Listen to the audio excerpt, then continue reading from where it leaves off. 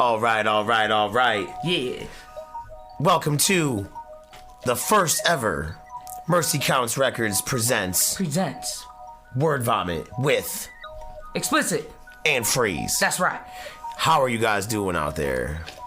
I can't even tell what your response would be, but I hope it's good. And I hope everybody's had a good time and gonna enjoy their Easter.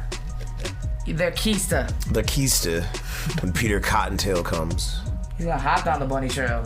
AKA, parents, get your wallets out, because it's time to spend some money on some fake shit that we instill into our children to make them believe in, so we could give more money. I kind of just eat all the candy, though. Wait, let's think about that for a second.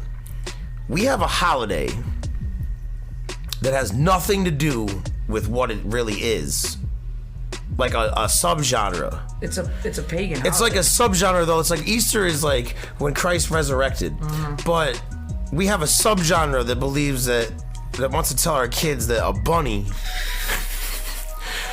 comes into the house and gives them. Stupid were we? We were fucking idiots as kids. Like, we were like, yeah, for sure. You know, we probably were smart. You know, think about this. We were like doing math and writing in cursive, but we probably, but the majority of us probably still believed at freaking 8 years old that there was a fucking Santa Claus and an Easter bunny. Imagine a giant fucking bunny. That's actually terrifying. That's terrifying as hell. Even Emily, my daughter's 5, and she just asked me yesterday, why does Santa watch you when you sleep? That's a good question. That's a good question. Like, why are we having Elf on a Shelf that we're telling kids, like, we're watching you at all times? That's Big Brother to me. That sounds like the government. For sure. That's like instilling some kind of, like, programming to let you know that, like, your life is just controlled and just being watched. By a big-ass bunny. Because what does that have to do with Jesus? Why do our kids have to... We know why. It's because corporations want to just trick us into being like, well, your kids want it. Well, yeah. Your kids need a holiday. Your kids need a holiday where they can get something, and so they'll appreciate Jesus more. So we'll make up a fake bunny and have him come. It has nothing to do with it. Absolutely not. Religion is dying. But it sells chocolate, and it sells fucking Easter baskets, and it sells fucking grass that your cat eats and shits out whole later. So Walmarts and Kmarts and guys sitting up at bodegas can sell you those pre-wrapped baskets with freaking with like a squirt gun that don't even work. Some fucking bubbles that are probably dusty. Like a Cadbury egg from like 94. Who the fuck, real talk, who the fuck eats Peeps? Who is like, I would really enjoy to eat this blue marshmallow bird. We would explode them in the microwave. Yeah, just to I would see what do that too. Oh, we'd put a lighter to them. Like we did everything except eat them. Yes, but who actually enjoys them? I mean, I'm sure whoever it is a sadist. That's some crazy shit. Whoever you are, if you eat Peeps for real and you enjoy them, stay the fuck away from us. You stay away because you're a fucking sadist. I don't trust you. You got a fucking red room with chains and whips in it. You flogging motherfuckers fucking too? Sadist. I'll fucking say this. But we tried doing a podcast before. Correct. How long ago was that? That was like 4 years ago. 4. I think it was 2015. And it was all right, but I don't think we had the format at the time to really push it out there. Right. And like really get it, because you know. At that time, I think people were just like, okay, these guys make music. Right. Like, you know. They have no other thought but hippity-hoppity. I think people now can understand that we have personality and we have, opinions? Yeah, we have opinions. We have actual thinking minds. I got feelings! Yeah. I read a study today. And you can read? Yeah, I can read. I thought you could only write. And I'm not disagreeing or agreeing. I'm just going to throw it out there for our audience. I read a study today that says that, factually speaking, a higher majority of people that listen to mumble rap are of lower intelligence. And that's just a fact that I read today. I just wanted to throw that out there. So, would you agree with that? I mean, personally, and I'm not trying to get into a whole discussion about this. Here we go. Personally, I could listen to it and appreciate some of it and be like, oh yeah, it's just fucking like... I like Post Malone. This is like, I'm drunk at the bar or at the club and like, I just don't care. I'm about to like smack somebody and fucking like steal their girlfriend music. I get it. Like that, I can see it for that element. But would you ever be like, yo, put on that Kodak Black? I mean, yo, put on that Lil Pump. I mean, yeah, it depends on what kind of mood I'm in. But, I mean, I myself don't know how to rap that way. That's just me. Yeah, I'm not gonna get on. This show is not about us, our rap music. No. Obviously, you will hear us at some point probably mention things, but like this isn't about us. But I just personally don't. I can't even make myself. I tried. Like I sat down one day and I was like, how do I write mumble rap? And I just couldn't physically do it. Like my mental capacity just doesn't allow me to like to formulate words like that. I think trap rap came along because everybody needs shit dumbed down. Like it needs to be straight to the point. Like, I get it. Like I sell drugs, I fuck bitches, and like just say it. And that's the beautiful thing about hip hop. Hip hop is for so many different kinds of people. You can't stereotype that hip hop is for just a certain demographic of people. Like, in the 90s, people would say it's just for urban communities and shit. Drug dealer music. And it's not. It's for everyone. Right. It's NWA's audience was primarily white. Like, they were the ones buying their records, and that's not taking anything away from NWA. It just means that's how powerful their message was, that it reached white people. Like Lil Johnny was like, hell yes, fuck the police. Yeah. Fuck them. Yo, that's like Public Enemy, Public Enemy was talking about white people oppressing the black community, and white people love them. There are white kids. I'm one of them. I'm a Sicilian American. Same. You know what I'm saying? So whatever you want to call us, we're Mediterranean, whatever. But we're still considered white. But I loved Public Enemy. Yeah. Elvis was a hero to most, but he never meant shit to me. That shit is to me still the most resonating line in hip hop in my life, because I understand exactly. I mean, I can never understand 300 years of oppression. I can never fully. Even to this day, I understand it the best I can as an Italian American, because I am not black. I am not of African descent. I don't have the right to really put really say for sure. Speculate on that. Right, I shouldn't speculate, but I felt Chuck D when he said that, because I was able to get inside his mind and see what he meant by that. Right. And that's why hip hop is beautiful. Hip hop is powerful for that, because it. But the difference is that music and those artists made you think. Right. They made you think. White kids probably grew up in America and they probably had racist parents, but these kids grew up listening to hip hop. And they were just, and I'm sure 90% of them just would not allow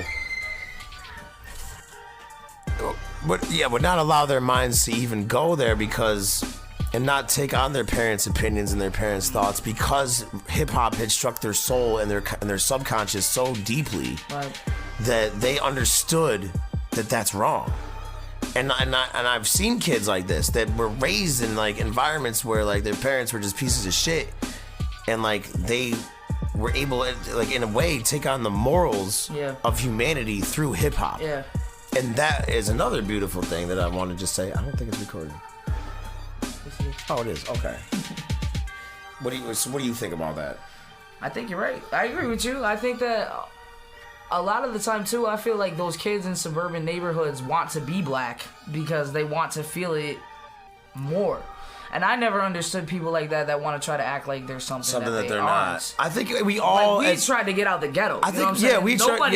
Nobody wants to be poor. Nobody wants their lights getting turned off. Yeah, they don't want to be in the hood. They're not this is great. I think we all, as people, at some point, as adolescents, have a moment where we're trying to be something we're not. Yeah. But mine was straight. I can't understand why a kid, sees hip hop, especially in our day. When you had the whole thing where the baggy pants was huge, and the oversized clothing. Bravado. Yeah, and you did have a lot of kids that would perpetrate and wear it like it was a costume. Right. But that again just shows you how big hip hop is, where it gave kids where it could be Halloween every day. Every day it could be Halloween for some of these kids. Basically. That's a huge thing. Hip hop is a necessity. So you can't really say that it appeals to just a certain demographic of people.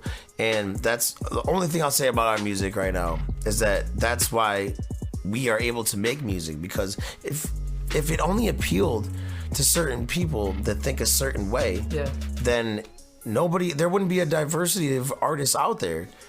You're right. My grandmother was over the age of 70, God rest her soul, and her favorite song was Gangsta's Paradise by Coolio. And that's not even a joke. That's what I'm saying. I swear to God. Gangsta rap. Yo, the biggest song of the 90s voted was Dr. Dre and Snoop Dogg.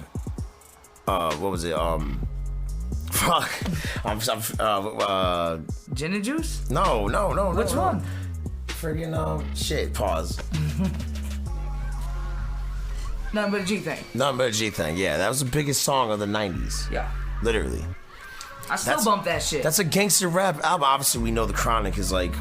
I mean, it's not even something that I've ever said because other people said it. Like, sometimes I feel like some people... And, like, people used to do this in, like, the 2000s a lot. Like, it was stereotypical to say, like, Biggie and Tupac and Nas are your favorite rappers. But, like... Let's talk about Ice Cube. Yeah, let's talk about people like Ice Cube. You know what I'm saying? You know what I mean? Like let's even talk about, you know, like, there's so many other people we could throw in. You know what I mean? I love Biggie. I love Tupac, obviously. But, like, some people feel like they gotta say that because to save face or, like, fit in with the crowd. Pun. I think Pun was one of the illest lyricists of all time. I mean, there's so many people we could go on and we could say that, like, Nas for sure was a big influence on Pharoah me. Monch. Pharoah Monch was a great rapper. I mean, we're going by numbers, then yeah, you gotta say Biggie, Tupac, Nas, but let's go Jay-Z. You gotta say Eminem, obviously. You gotta say those names. And, like, dude, love Eminem, love Jay-Z, love Nas. I love all those rappers. They all were a huge influence on me. They all had classic albums.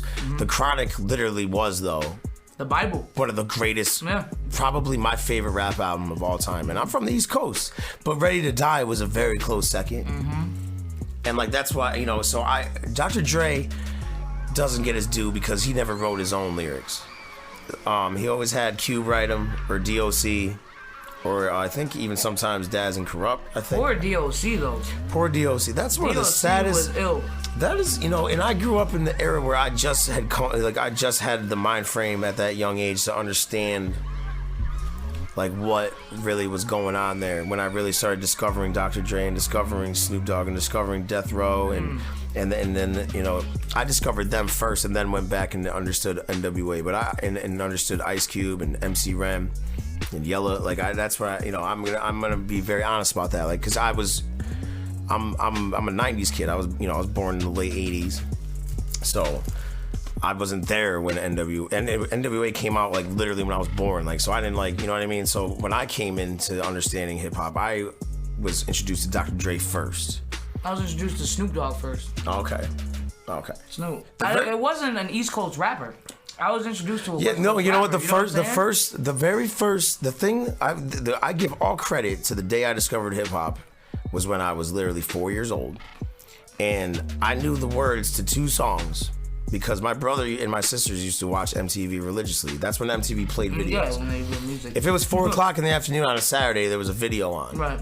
Like, they didn't have, like, these reality shows like that. Like, I think Real World came out in, like, 1992 or something. Yeah, they didn't have any of that. Nothing. No Teen Mom. None of that stuff. It was just videos. And, like, I'm not trying to sound like an old head, but so think about that. It's being played over and over again. You're seeing these videos. Like, I'm influenced by all kinds of things.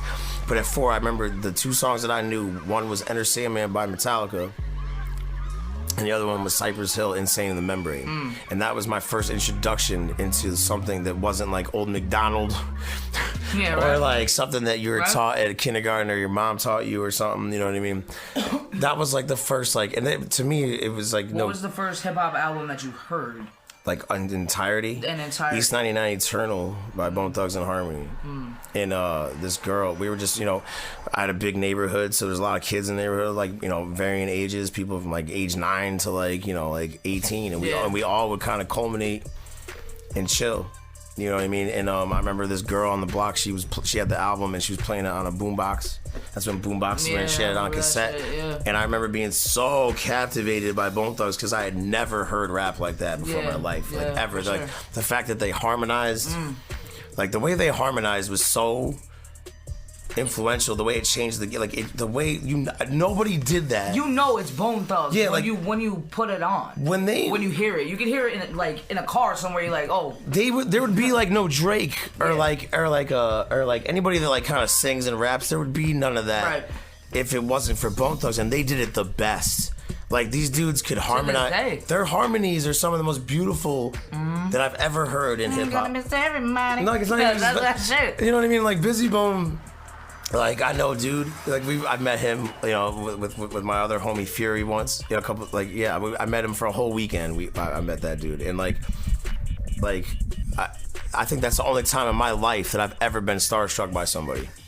Like, I've met so many rappers, obviously being one. I've met so many people that other people would die to be near. Yeah. And like, obviously I have love for these people, but I've never been starstruck in my life except for when I met Busy Bone from Bone Thugs and Harmony, because that shit was like just crazy. And then when I got the Creepin' on the Come Up album, I remember I got that. That was the first one I actually bought. From Strawberries?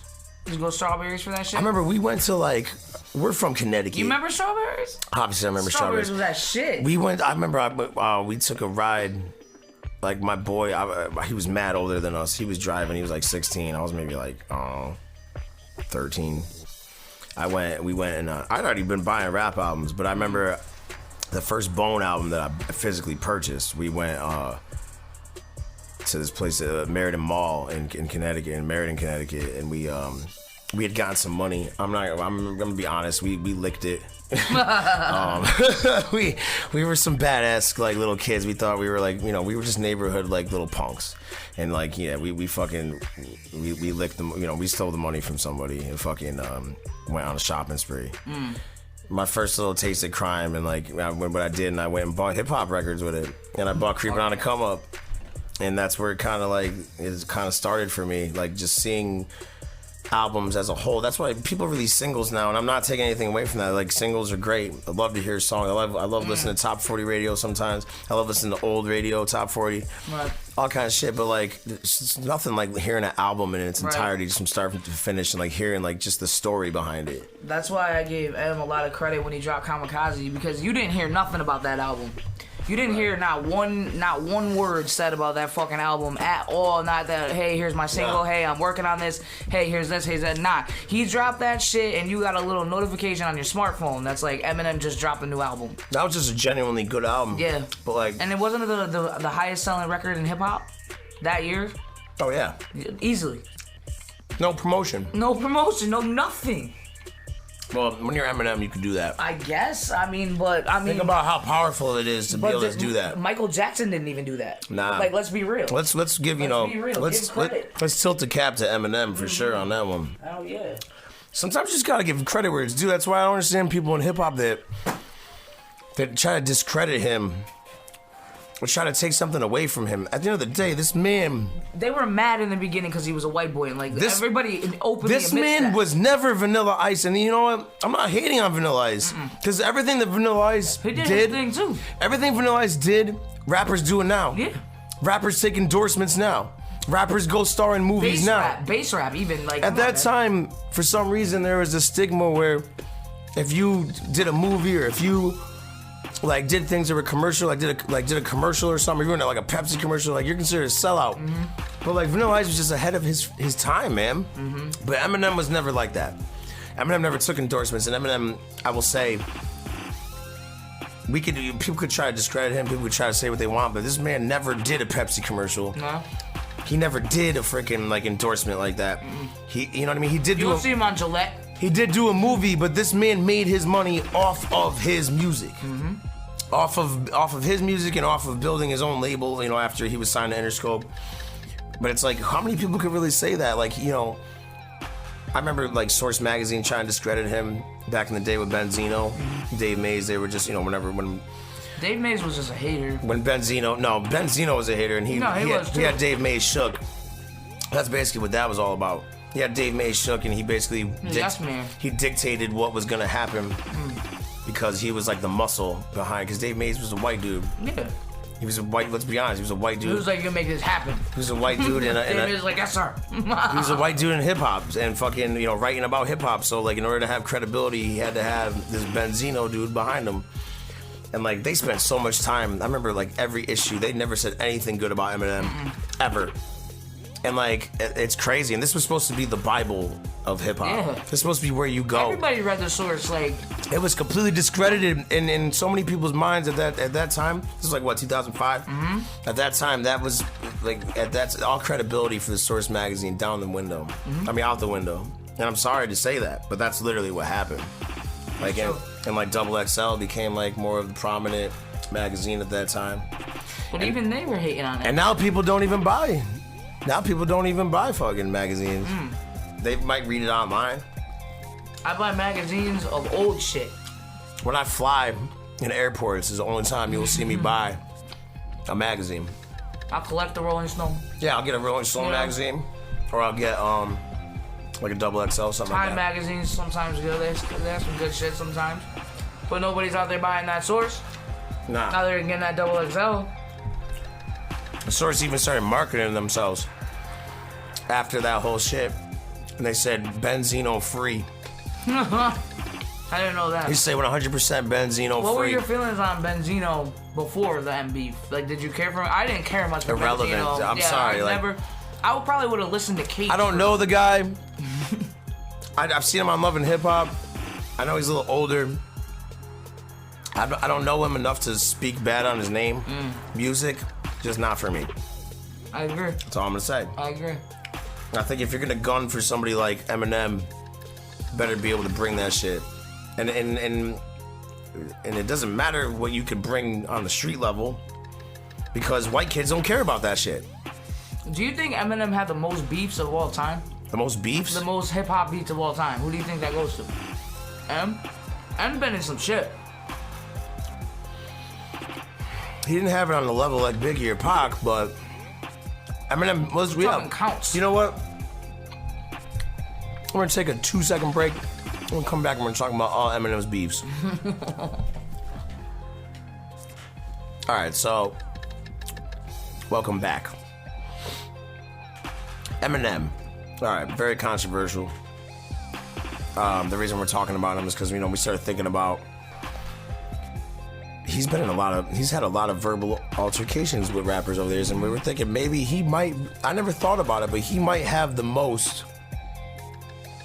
as far as a mainstream rapper, as far as the publicized. Yeah, he might have the most publicized beefs on wax than anybody, because he's gone toe to toe. I know a lot of people try to say that, he only disses like Britney Spears and NSYNC, pop people like Christopher Reeves. Nah, if you think about it, this man, his very first album, that was, this Slim Shady LP, he dissed Vanilla Ice, he dissed Milkbone, he dissed Everlast. And they had beef later. That's crazy, because he said, I'm everlasting. I melt vanilla ice like silicone. I'm on this earth to crush a milkbone. I'm everlasting. I crush vanilla ice like silicone. He dissed Milkbone, Everlast, and Vanilla Ice, all right there with in that line. One bar. And then he goes on to diss Cage on Role Model. Mm-hmm. He also dropped freestyle saying he had just a couple Cage lines. Went on stage, sprayed Cage with Agent Orange, wiped my ass with his page and source. Mm-hmm. That was like a freestyle he did on the Wake Up Show. But yeah, so I think it really started with Milkbone, because I know Milkbone tried to diss him back. He did. Milkbone did diss him back. It was a weak ass fucking diss. I just never was a fan. But then I believe Everlast was the first one after Milkbone to act. Oh no, Cage made a song. So the problem with Cage is Cage was in a very underground stage at that point. I don't think he had the proper funding and support behind him, because everything that he was putting out around that time sounded like shit, quality-wise. I like him. No, I'm not saying that the lyrics weren't good. I'm not taking away from the song as a whole. I'm saying the quality of the songs that I heard. This was back in when MP3s were brand new. Napster. For real. I remember this is where I would get my information, and I would have to go download shit on LimeWire or something. Giving your computer AIDS. Yeah, giving my computer all kinds of fucking STDs. Pulling up the phone line. We would, yeah. The dial-up's not Your working. mom's mad as shit. I could hear my mom through the modem picking up the phone. But like, I would download, you know, that's where I would get my shit at the time. Because if, you know, you couldn't go buy a diss song. So you had to fucking go download it somewhere. Like, you know what I mean? So we would download that shit.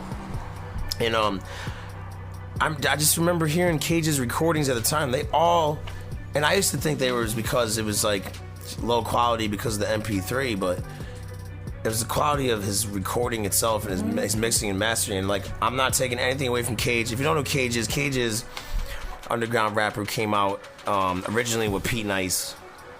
When Pete Nice left Third Base, and he was featured on a song called Crazy. What was it called? I can't remember what it was called, but he was featured on this song with Pete Nice, and it was that's what originally got him started. And that was in like, I believe, '92. And then Cage ended up, I don't know, he took like a hiatus or something. And I heard he lived in, like, from what I know, he lived in Norwalk, Connecticut for a little while. And he worked at Burger King. Right. And, you know, growing up in Connecticut, you hear this shit, you know, because not many people come from Connecticut, so we would hold on to stories like this, you know what I mean? It's like, oh shit, Cage worked at Burger King in fucking Norwalk, you know what I mean? Shit like Word. that. I don't even know if it's really true because I wasn't there. So I mean, if Cage wants to ever let me know if that's true story, please let me know, sir, because I would like to know if that's true. But anyway, so nothing against him. The songs he released. All right, so then he fucking I'm sorry, but I gotta backtrack. He then he released Agent Orange and he released Radiohead as a single. Yeah. I think it was a 12-inch. And that's how it originally came out. It came out on Fondle 'Em, which was Bobbito from Stretch and Bobbito show, which is obviously legendary hip hop show in New York that pretty much like birthed Big Pun, birthed Fat Joe, birthed so many rappers. That was that local 13. Jay-Z, Biggie was on there battling dudes when he was like 16 years old. Like they would do demo battles. And like that's what all these dudes were on there before they were anything. Like you had to go there first. Like the Fugees were on there. Wu-Tang, like so many people had to go through there. Eminem was there before they went off air. But like everybody that's anybody had to go there. It's like a rite of passage. You had to prove yourself, man. Like leaders of the new school, Busta Rhymes, they had to go there before they were anything. Nobody talks about Busta Rhymes either. Nobody ever really mentions Busta as like top 10 lyricist for sure. He's crazy. Top 10 lyricist in the world. Of all time. Yeah. Easily. Sure. He might even be top 5, but I just don't want to hurt anybody's feelings, so I'm just going to say... Everybody has a different opinion that's like, you know... Yeah, I'm going to play PC Republican right now, but I'm going to say, if you fucking don't... If you're out there and you sleep on Busta, you think Busta... Wake the fuck up. You think Busta can't spit bars with the best of them, you're fucking insane. Listen to what he did on that Tech 9 song. You know what I mean? And Tech 9 regarded as like one of the fastest, you know, craziest rappers, multi-syllable... Of all time. Love Tech 9, great dude. Yeah. Great rapper. But if you're gonna sit here and say that Busta Rhymes doesn't hang, you crazy. You know what I mean? Like, what the fuck's wrong with you? You crazy. Look at what he did on that Chris Brown joint. You know what I mean? Like, Busta Rhymes could rap. Nobody talks about that. I just heard that Dre's doing his new album. Good. I'm glad. They called the doctor. They called the motherfucking doctor. Right. But yeah, Cage, keep going. Okay, all right. I'm sorry, I got off track. So yeah, Cage and Eminem started dissing each other, and I feel like at the time, M didn't have as much pull as he does now. But I feel like Cage lost mostly because he didn't have the proper backing to get his voice out there. So you feel like he out-rapped him at that time? I'm not gonna say I'm not gonna say he out-rapped him, but I'm gonna say he came more viciously. Think he was more hungry at that point? I think he was hungrier for a battle. Yeah. M was kind of toying with him, but I think M lyrically at that time was still phenomenal. Right. Cage was never a lyrical. I mean, Cage was. I always said crazy shit, and he could rap, bro. Right. No question. Yeah, he's lyrical for sure. Eminem is just a different breed where he's a monster. Just puts words together in a way that you just. I mean, it's like hard for anybody to fuck with him, man. Like that shit on Caterpillar. It took me 6 seconds to be like, oh shit, he said that. I mean, this is a man. This is a man. Like we used to talk about back when I was young. We would talk about lyrical rappers like Pun. Big L. We would talk about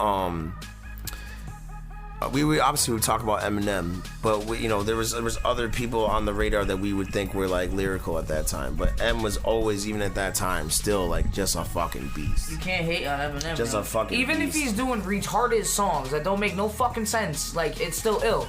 Right. Like Rain Man. Like, Right. come on, though. Like, Right. I mean, Some rappers are just he just got that thing. He has it. like my boy Apathy from Connecticut. He is like the pure, like has a pure flow, like to the, like, and I relate it like this. Like he has a pure flow in a sense where it's got like a old school feel to it because he's a seasoned rapper. And he's a veteran, let's be honest. And he comes from that era, you know what I mean? But Apathy's a monster, too. A monster lyricist, but the things that he puts together, like bar for bar, are some of the nastiest punchlines I've ever heard in hip-hop. The Widow's Son just proved that. But Eminem, and that's kind of like, it's kind of like how I see Eminem. Also, Eminem has done so many things, but at that time, that's how I kind of saw Eminem. Eminem was putting words together in just bars that were just memorable. And like, if he dissed you, like, you had a problem.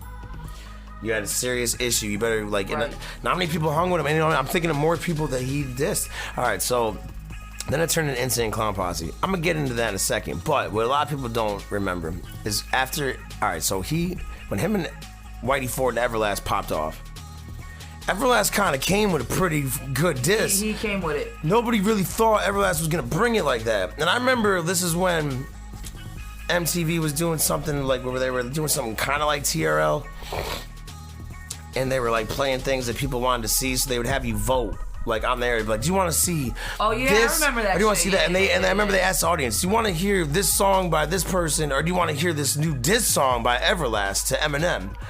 And I remember MTV played it, and they played the song in its entirety with like a little bit of an edited video that they put together.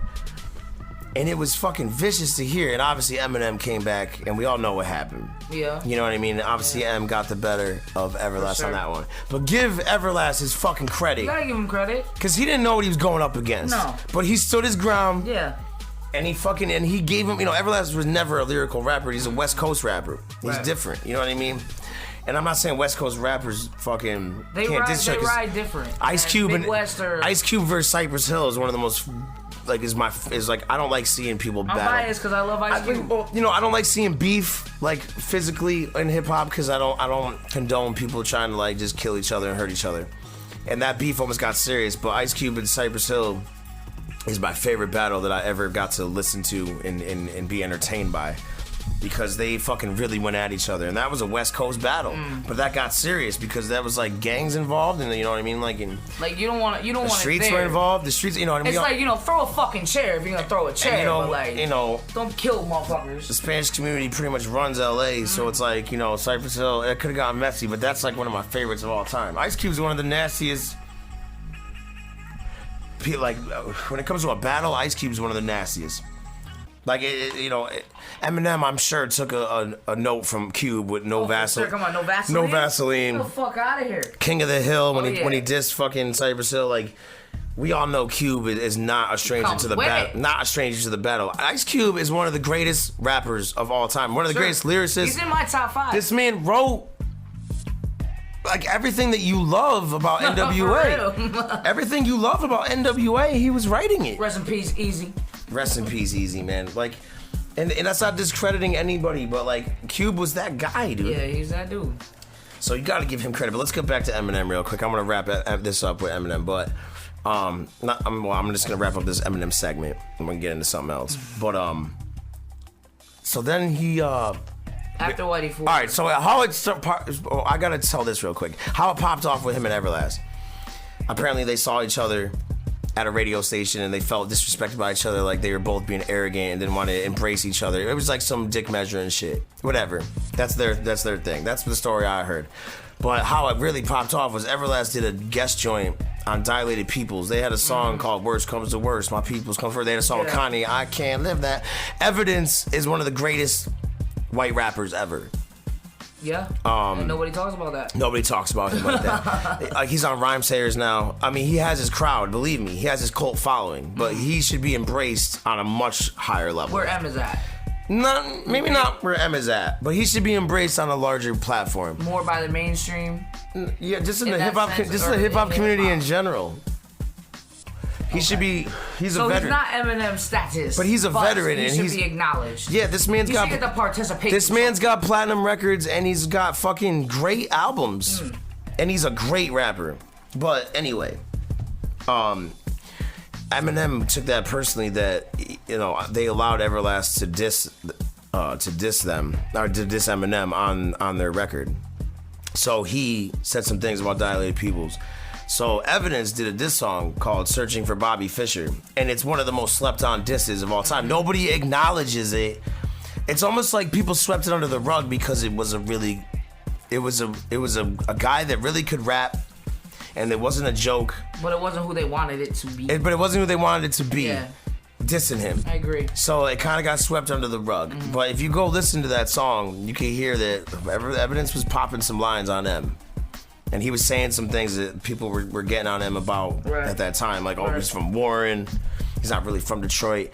Listen, like, Detroit is Detroit. Like, Detroit expands just like everywhere. Nobody lives in actual Detroit city limits except for derelicts and crack babies. Yeah.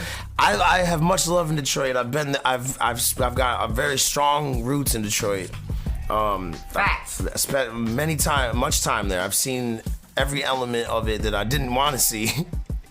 Some crazy shit. You know what I mean? Times with Bizarre from D12. Shout outs to Biz. That's the homie.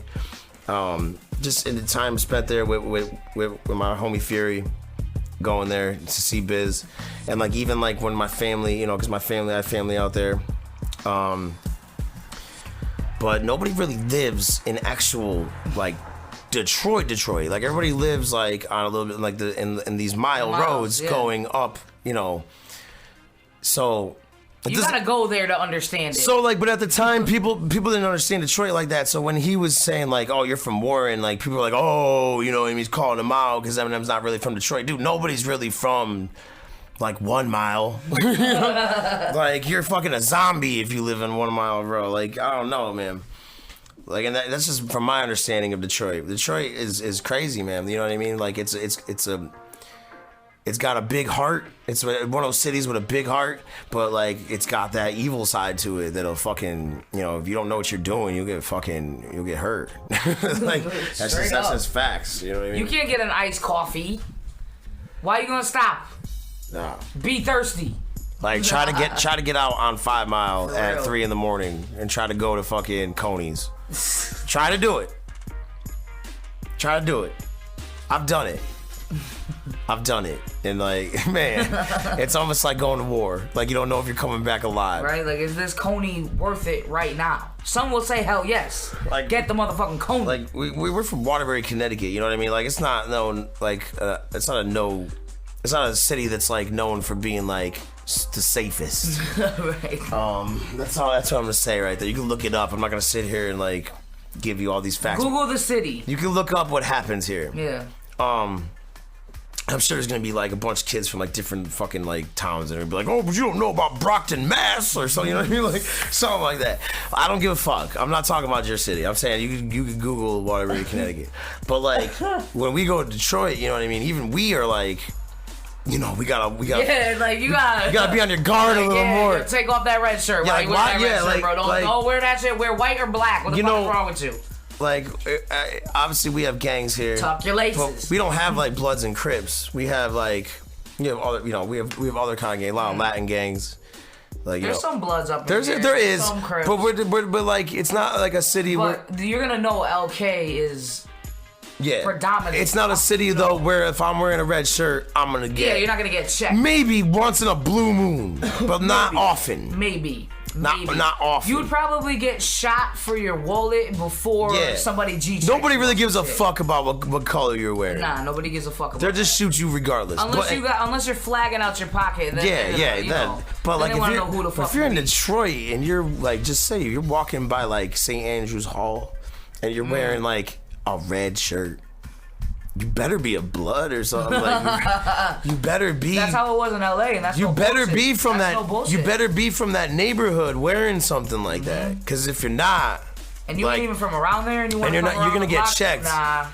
You know what I mean? And like, we've learned that the hard way. Yeah. You know what I mean? But like, can't wear that, homie. we're not, we're not like the toughest people. You know what I mean? Like, we're no bitches, and we're definitely not like anything to sleep like on. I'm not gonna go to jail and kill you. Yeah, like I'm not, we're not out gangbanging. Like, unless you do something to my babies or my mama. Like, we're not out robbing and stealing no more. Like, those days are over. You know what I mean? We try to be model citizens at this point. Like, not model citizens, but we try to live by the laws. Listen, we try to stay legit. Listen, I smoke a lot of. Pay our rent. Yeah, we trying to we trying to keep our kids safe. Yeah, that's it, baby. That's you know what I'm saying? But like, we're not like bitches. Like, I'm gonna punch you in the face. Yeah, like, you know what I'm saying? But like I will not kill you. But even we recognize that fucking Detroit is a different animal. Wild, different animal that you can't understand until you've lived it and until. But you know what? That was some of the most polite people I've ever met in my life. True, but imagine being Eminem. All right, so like, I'm gonna be honest here. When we're Italian, Sicilian, you know what I mean? When we go places, a lot of people think we're Spanish. Right. We're not the right kind of white. Right. Freeze. So when we're in Detroit, they don't even understand what the fuck we are.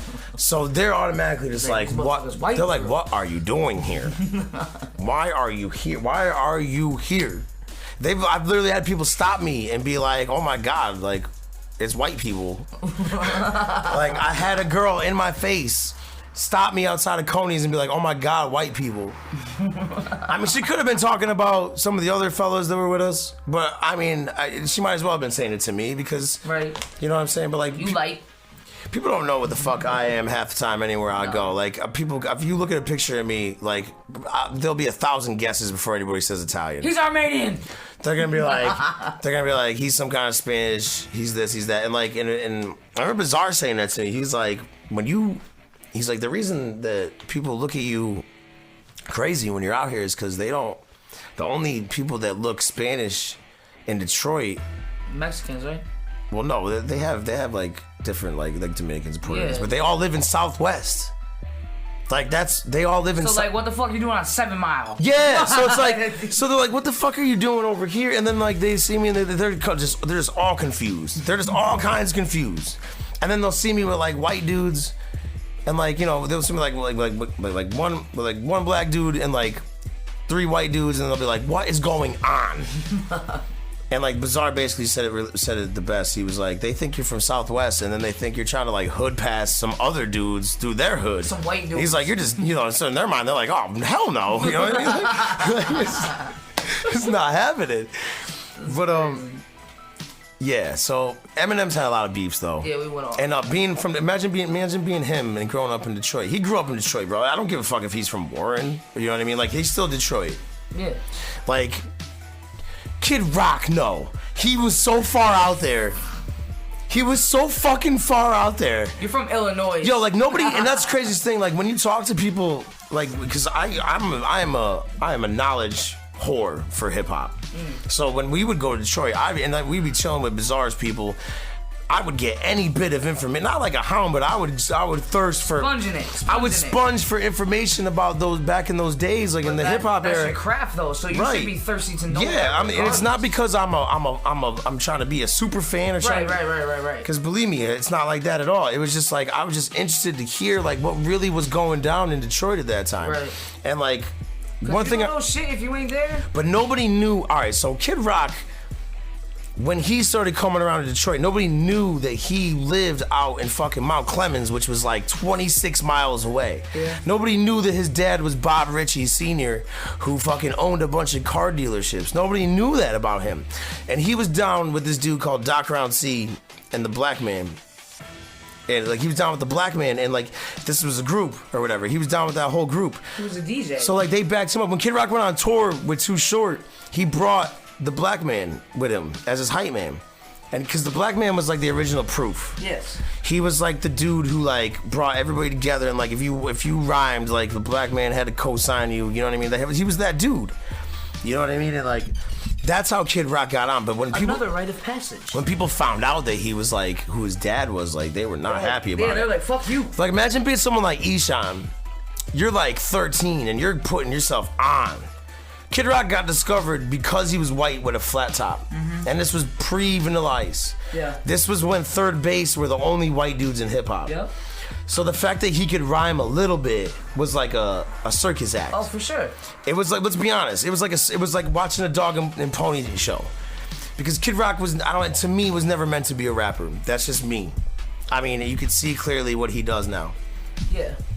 I think he liked hip hop. I think he loves hip hop. Don't get me wrong. I think he I think he was one of those suburban kids that wanted to be. Yeah, I think he respects the culture. Yeah. I think he respects the culture, but deep down inside, Eminem. I mean, I'm not Eminem. Kid Rock is not a rapper at heart. He's a musician. Yeah. He's a singer, songwriter. For That's sure. what he is. Yeah. But imagine being Isham, who you invented a genre. Like, you don't even know it, but then you got this dude who's from Mount Clemens, and he's your biggest competition. And they're buying his. Yeah, and he's claiming Detroit. And you like, hell nah. You know what I mean? And like, I think Violent J said it. He was like, imagine being in that era and seeing.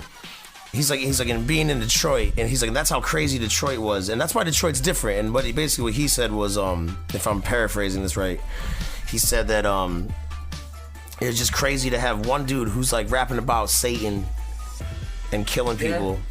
And then you got this other dude who's like riding tractors in his videos and like doing all this weird shit, like rapping about fucking like suburbia and all, and like grit sandwiches for breakfast.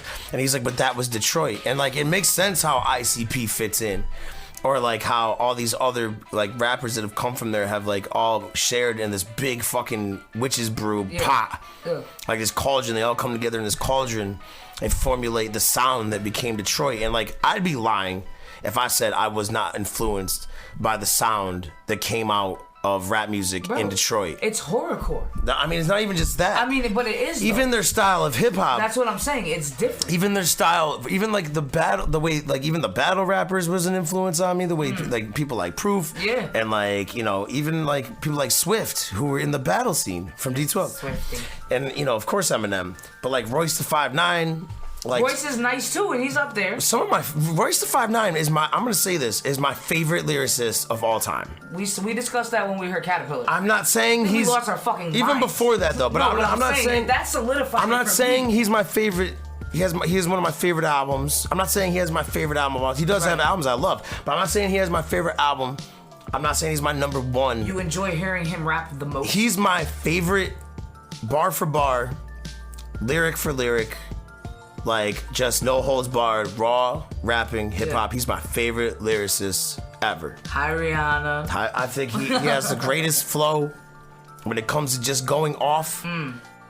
Royce is that dude, and like Royce is nasty. I'm glad that M and him squashed their shit so that he got his due, because at least now he gets some of the respect that he was missing. Yeah. Because Royce was getting slept on, but there were so many artists from Detroit going back from like '88 to now that have just been so great. And I think even still the hip hop community doesn't embrace Detroit for what they have to offer fully. Right. Because we've had Eminems, we've had ICPs. We've had fucking J. Cole's. We've had fucking, you know, we've had J. Cole's nasty too. We've had other rappers from Detroit. Isn't Chance the Rapper from Detroit? I think he is. He is, right? That's Jess's favorite rapper. We've had other rappers from Detroit, but like, you know, what was the point I was making? I don't know. I'm stoned. Well, I am too. Anyway, but Detroit has so much to offer that is beyond just them. I think that's what I was trying to say. You know what I mean? And like, yes, Detroit didn't invent horrorcore or wicked shit or acid rap or whatever people call it. Big L was on that shit too. They didn't invent it, but they turned it into something. Like, they amplified. Yeah, Isham. Like as a whole. We all know that Isham got it from the Ghetto Boys. ICP got it from Isham. Twisted got it from ICP and Isham. And it snowballed from there, and then we all got it from them. Like those of us that have dabbled. But that's the beauty about music. But we didn't all die. We didn't, and even Eminem got his horrorcore essence from Isham. Yeah. He says it on his first album. You know what I mean? Like, I mean, they may hate each other, and I don't blame them for hating each other. But they have to respect each other on that level. But they have to admit that, we gotta admit that fucking Eminem, his raw fucking, he has horrorcore in him. 3 a.m. I mean, even way before that. Way before Infinite. What was that? What was that song? Album. The song where he's talking about selling his soul. Which one? Suspended in animation. Is that what it's called? Suspended, something like that? Yeah, whatever. Fucking, he's always been on that fucking horrorcore shit. Yeah. But like, yeah, we being from the East Coast, we took it all. So like, we took the Flatliners and the Gravediggers, and we took fucking the Esham and the ICPs, and we fine-tuned that. We shit. kind of, yeah, we like, they all kind of like left it at some point. They all like kind of like stopped getting that dark after a while. You know what I mean?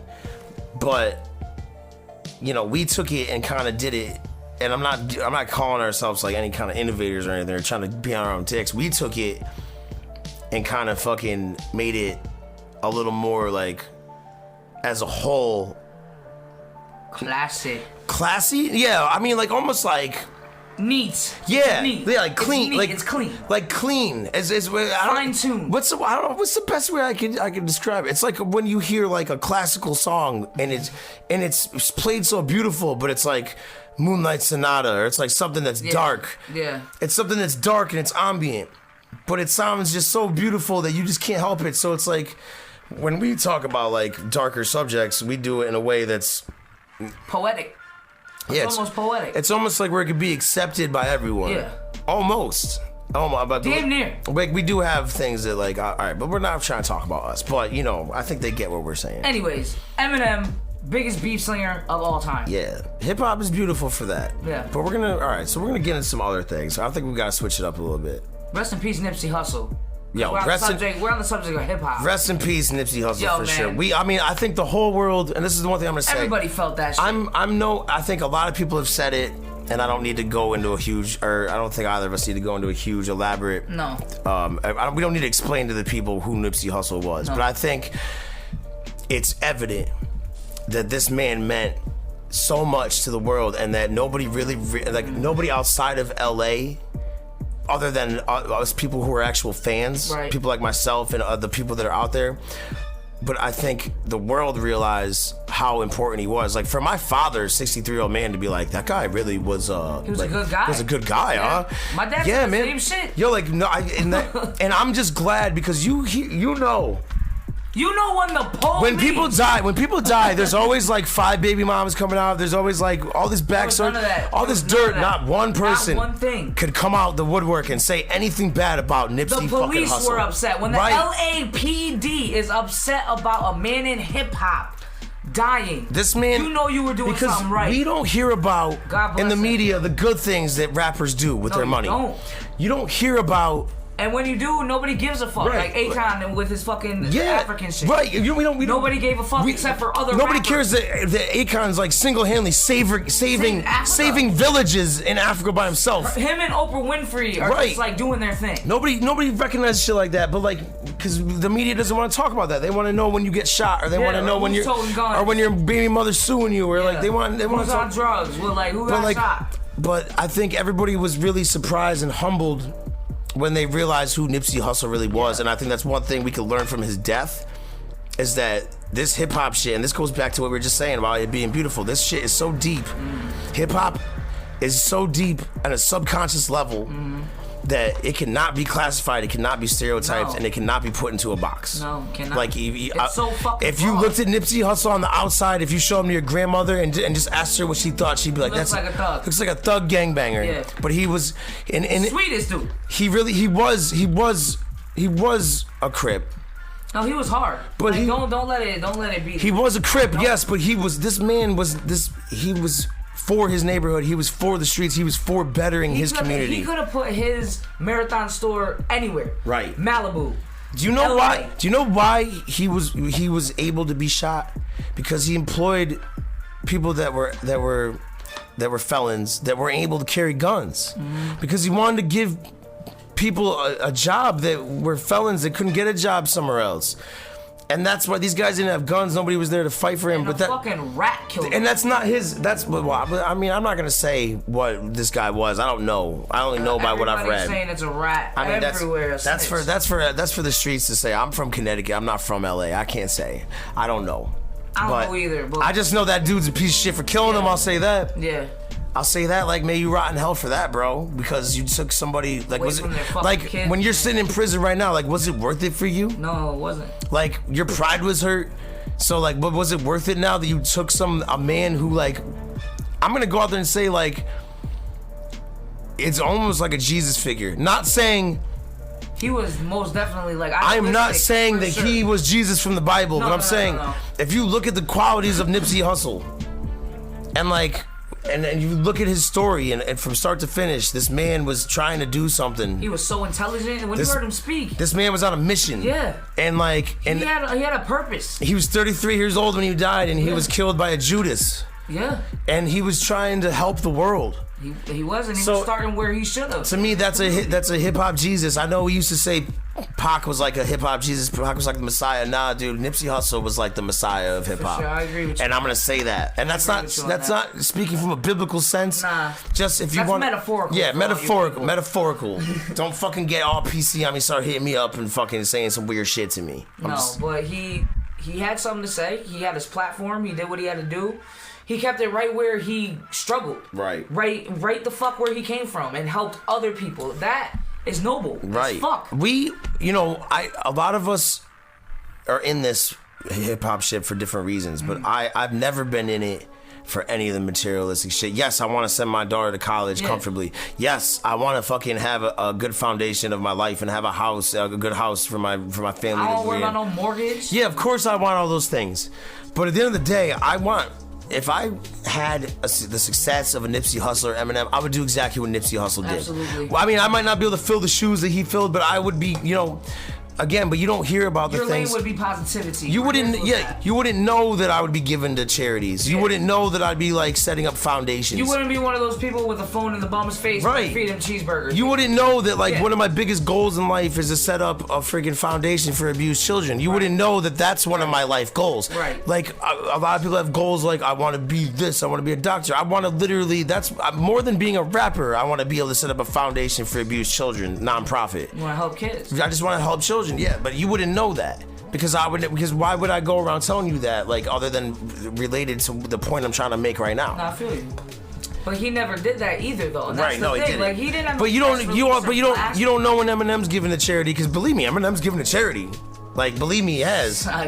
Believe me, Dr. Dre is giving to charity. Believe me, he has. Like, we all just heard about how he donated like $70 million to USC, but like he's done more than that. Yeah. But you wouldn't know about it.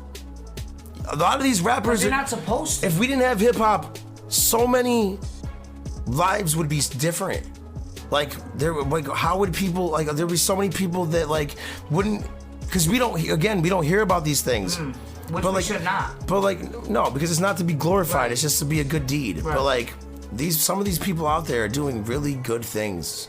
And we lost a real one with Nipsey Hussle. And rest in peace to him. But also, not more importantly, but also a good point I want to make is shout outs to every rapper that is doing things like Nipsey Hussle. Yeah, every day.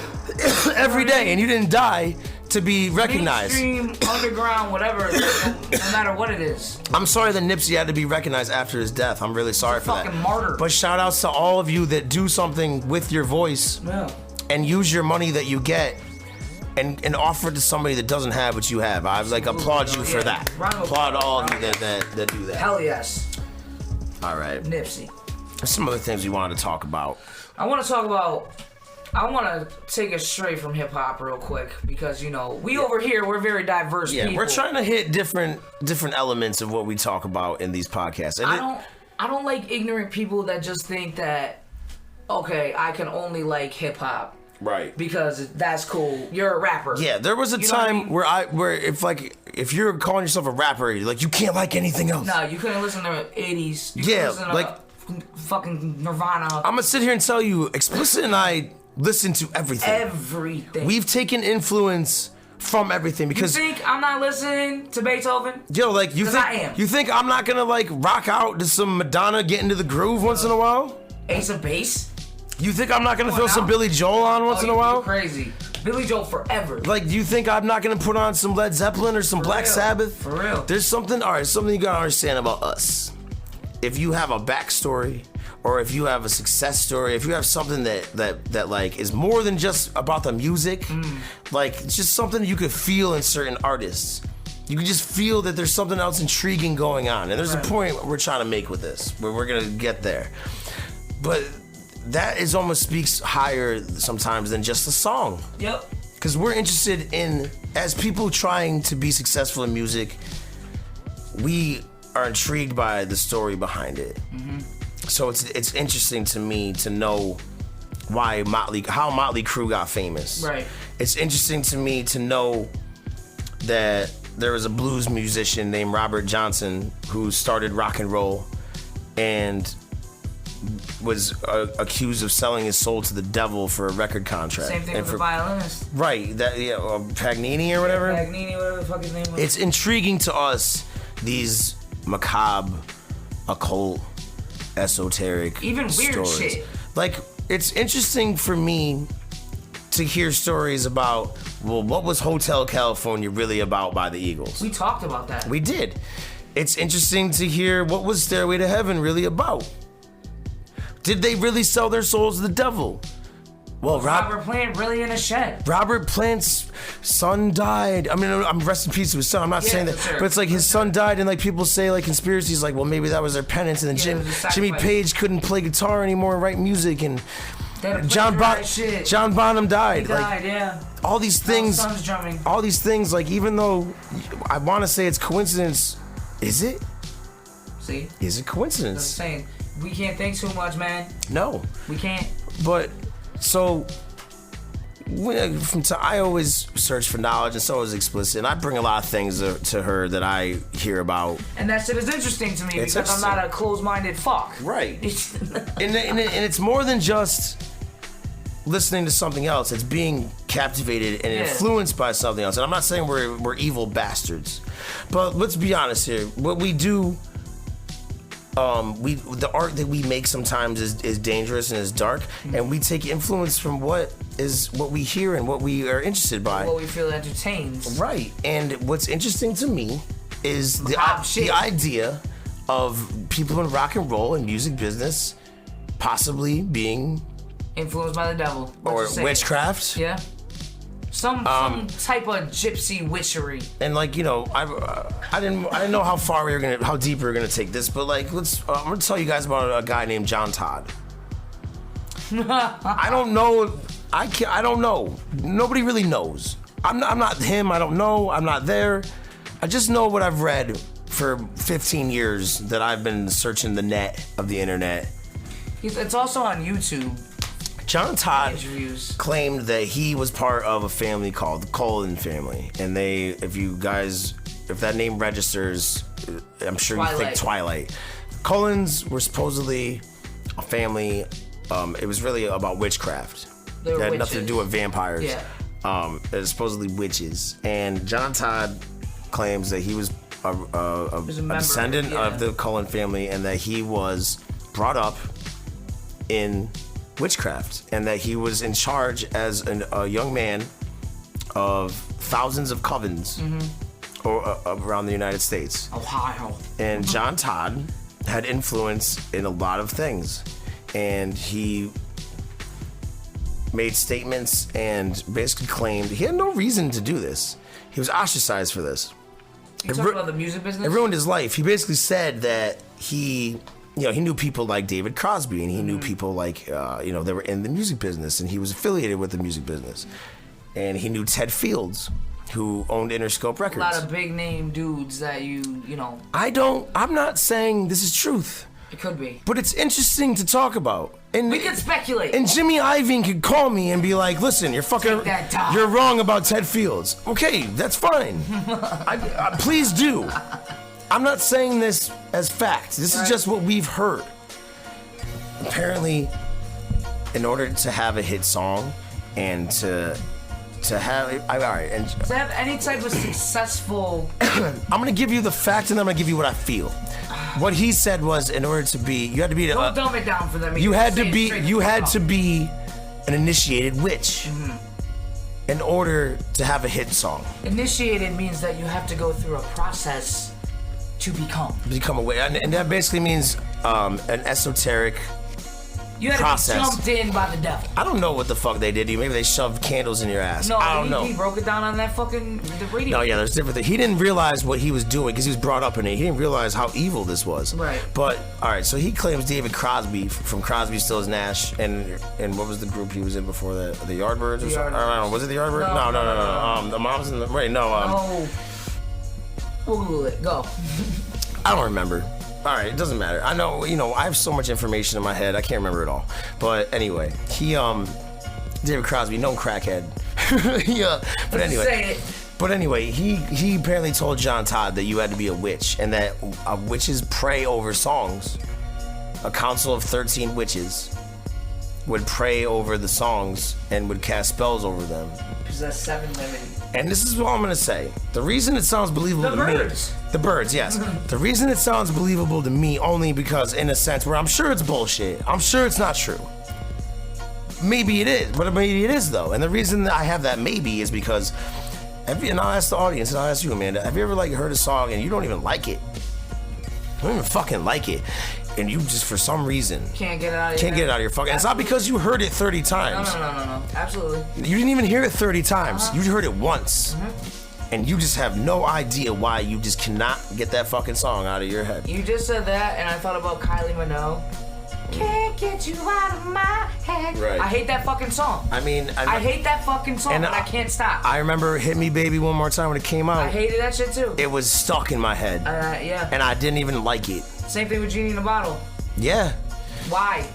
Do you ever feel like... Do I give one fuck about Christina I've Aguilera? made No. hundreds of songs in my life, and I can tell you this. I've never made one that someone's listened to and went, I fucking hate this song, but it's stuck in my head. I've never made, I'm sorry, maybe that's just me, but I've never made one that somebody said that to. I've made songs that people said, I like that song, it's stuck in my head, but I've never had somebody say, I fucking hate that song. But I can't stop listening to it and I can't get it out of my head. Why? It's always a top 40 song. How do these record labels just find these songs that just happen to be this catchy and they just happen to... Alright, we're just getting too deep. How do they just happen to get stuck in your head like that? You can't be making me think like this. You ever notice there's like 13 songs on an album, but then there's always that one that stands out. Lady Gaga is a perfect example. None of the other all the other songs are good. Yeah. But then you hear this one song, and it's not even that it's better. I'll listen to Bad Romance right now. But am I wrong? It's not even that it's better than the rest of the album. No, you're right. But something about it has a different feel. That's the one that they prayed over. That's the one the 7 bitches were possessed. Maybe that's the one that they prayed over. Yeah. Maybe John Todd. Because John Todd said they waited for the first full moon. Yep.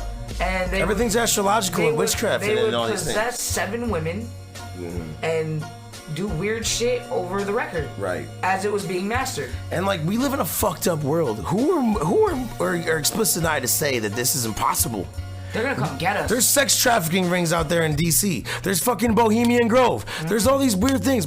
Our president does crazy shit. Fuck him. There's so many weird things going on in the world. We like voodoo exists. Yeah. All different types of magic. There's people out there that murder people for sacrifices so they can eat them for money, whatever. Money, whatever. For whatever. Like, are you gonna sit here and tell me it's not possible that the music industry, which is $1 billion industry, you're gonna tell me it's not possible?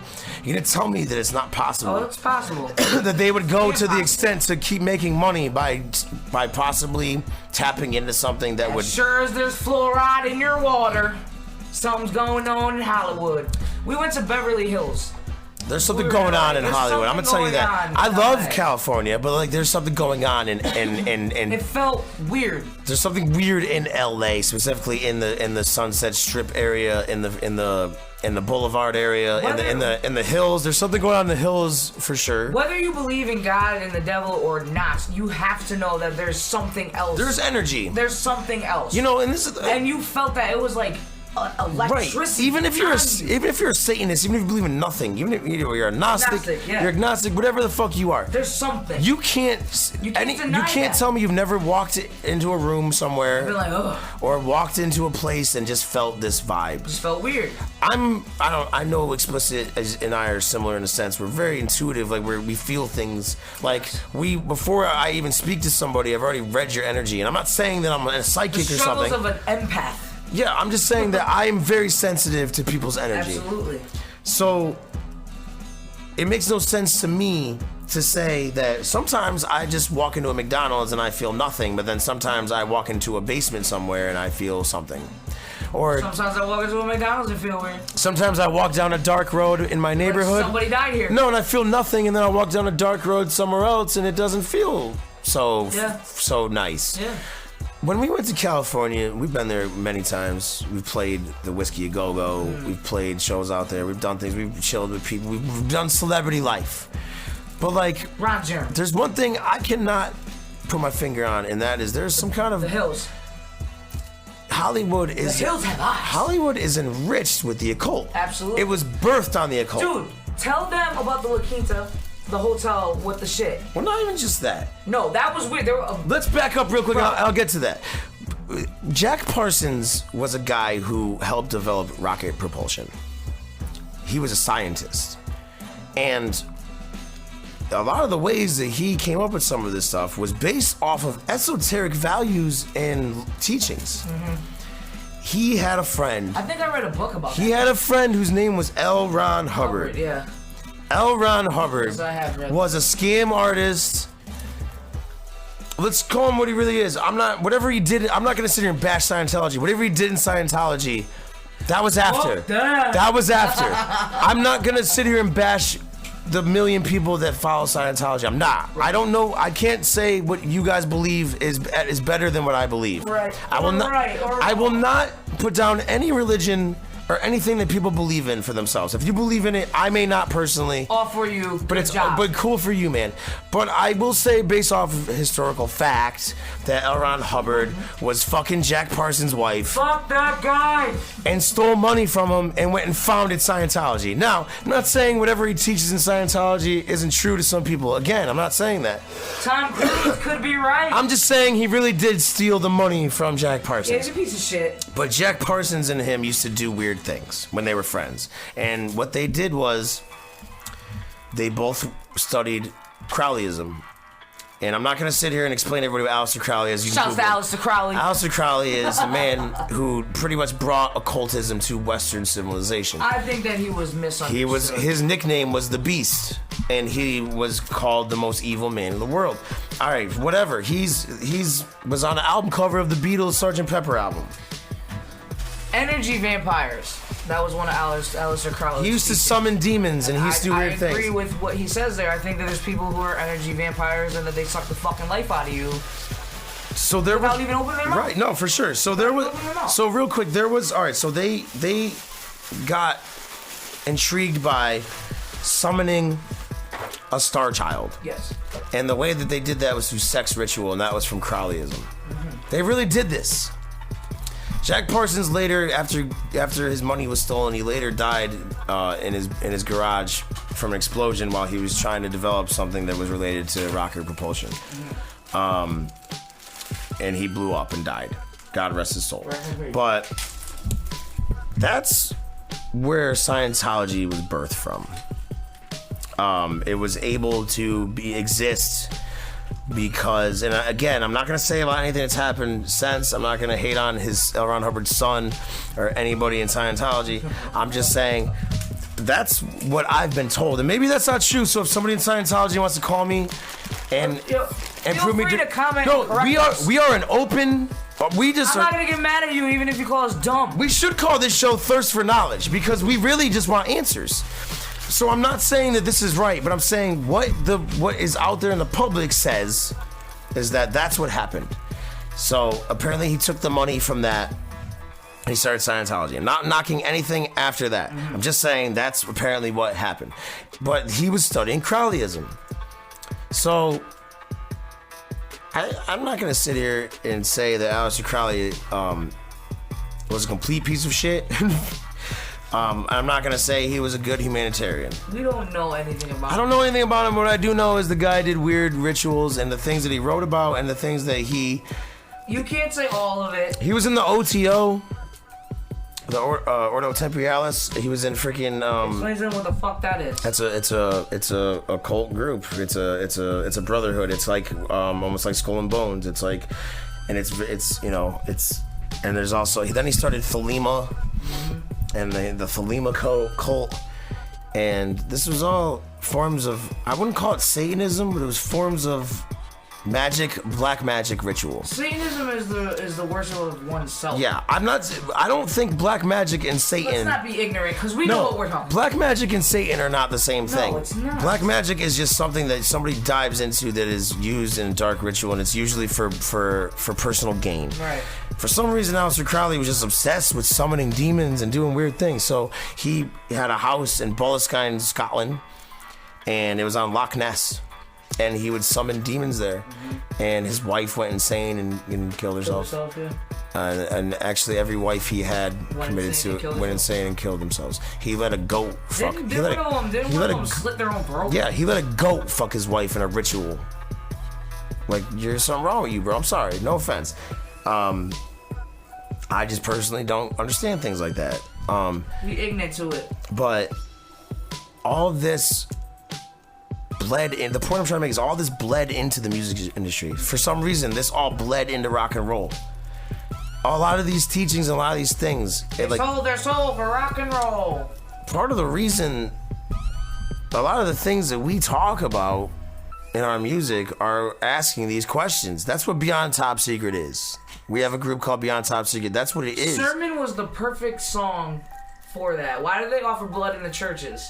Yeah. Meaning, like, why do they drink the wine? And right. that wasn't even being sarcastic. No, I was I was dead serious asking that question. Like, to me, everything is ritual. Like, before you had Christianity, you had esoteric teachings. Yeah. There was mystery schools.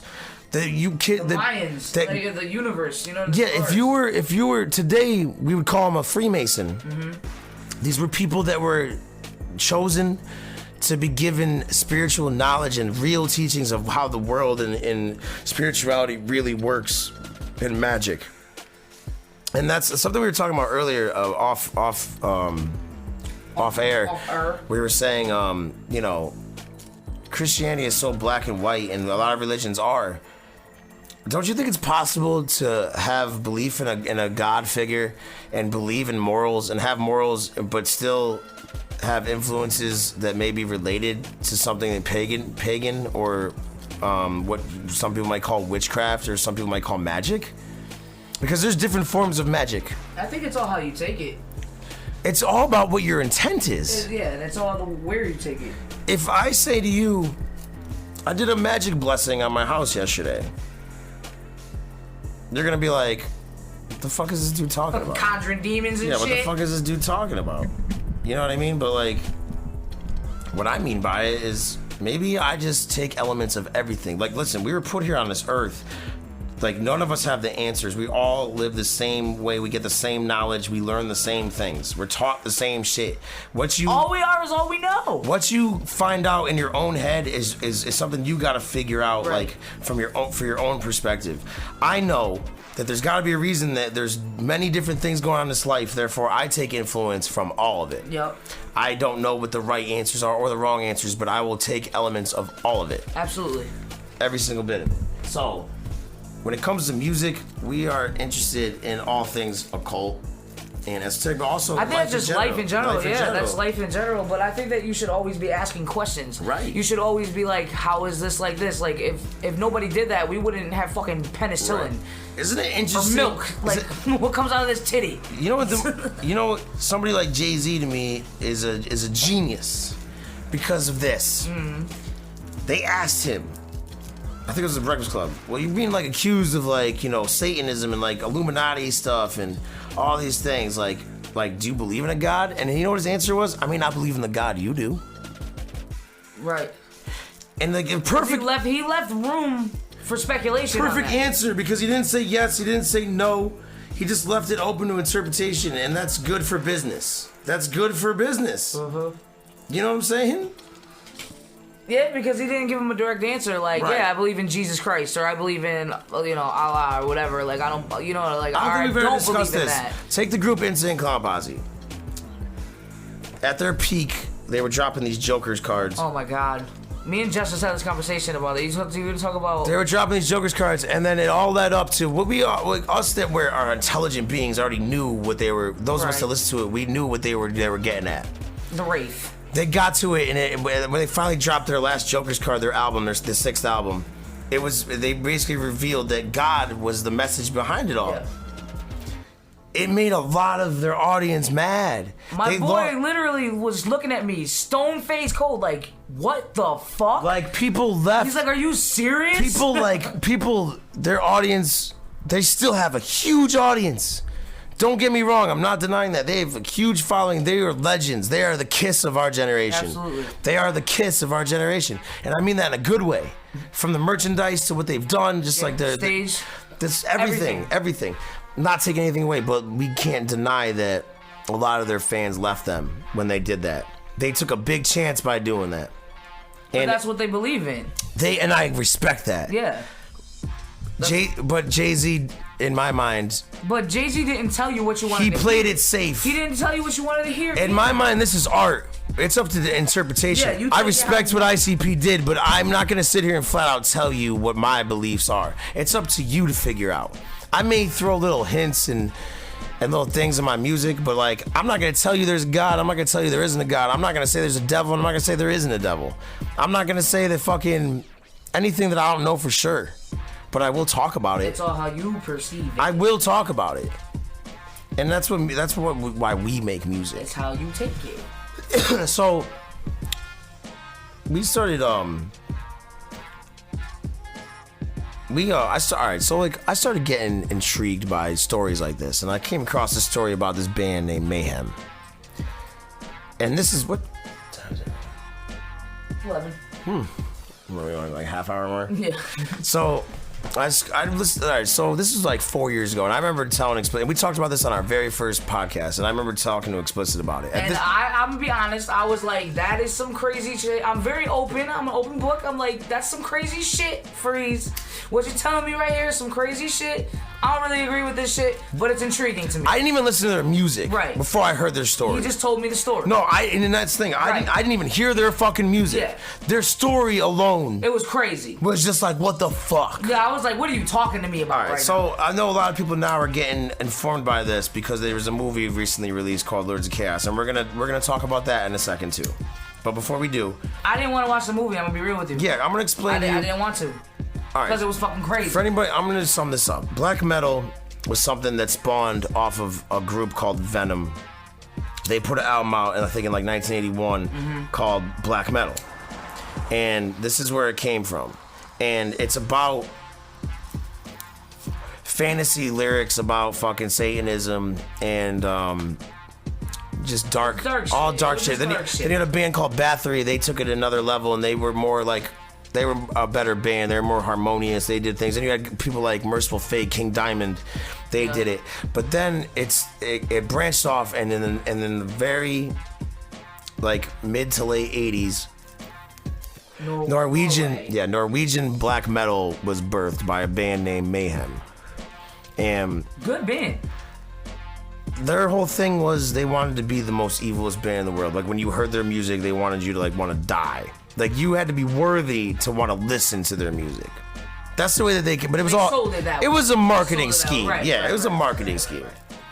That's the way that they wanted you to see it. But the craziest thing about this band was they started out as just a couple guys that just loved music, and they would go to like different festivals in Europe and see bands like Metallica, and they would promote their band. And it started off all sweet and innocent until they needed a new lead singer. So they got a demo in the mail from this guy. His name was Pell Olin, and he went by the name Dead, and he was in a band called Morbid. And I actually just recently, after 4 years, went and listened to Morbid, and they were fucking pretty good. I grew up on I never listened to metal like that. I did. Yeah, I'm not hating on it, I just never did until I got to be maybe like 2 years ago. I started opening up my ears a little more and be like, you know what, I appreciate metal. I don't love it, but I appreciate it. And like there's things that I do love about it. But I'm able to hear this band Morbid, which is this dude Dead's first band. I'm like, wow, they actually are pretty good. Point being, all right, so he was in this band Morbid, and he sends a demo to Mayhem. And when they open the demo, there's a cassette in it with his information, and there was a crucified mouse. like legit crucified on a cross, nailed on that shit. I guess when he would introduce himself to people, it had to be like his introduction had to have a crucified mouse involved. But who thinks about that shit? This guy was like the real deal. Apparently he was obsessed with death, because I guess he had a near-death experience when he was a kid, and it made him like obsessed with death, hence why his nickname became Dead. He just never felt like he belonged, and you know, it's kind of what we talk about, like us being Martians. Sometimes we feel like we don't belong, but in reality, we all belong. But he just didn't feel that way, and I guess in that part of like Scandinavia and all that shit, they have a very high depression rate, and people are like very. They like, gotta see the movie. Yeah, they're more prone. You have to see Lords of Yeah, Chaos. but let's sum this up real quick. So he joins the band, right?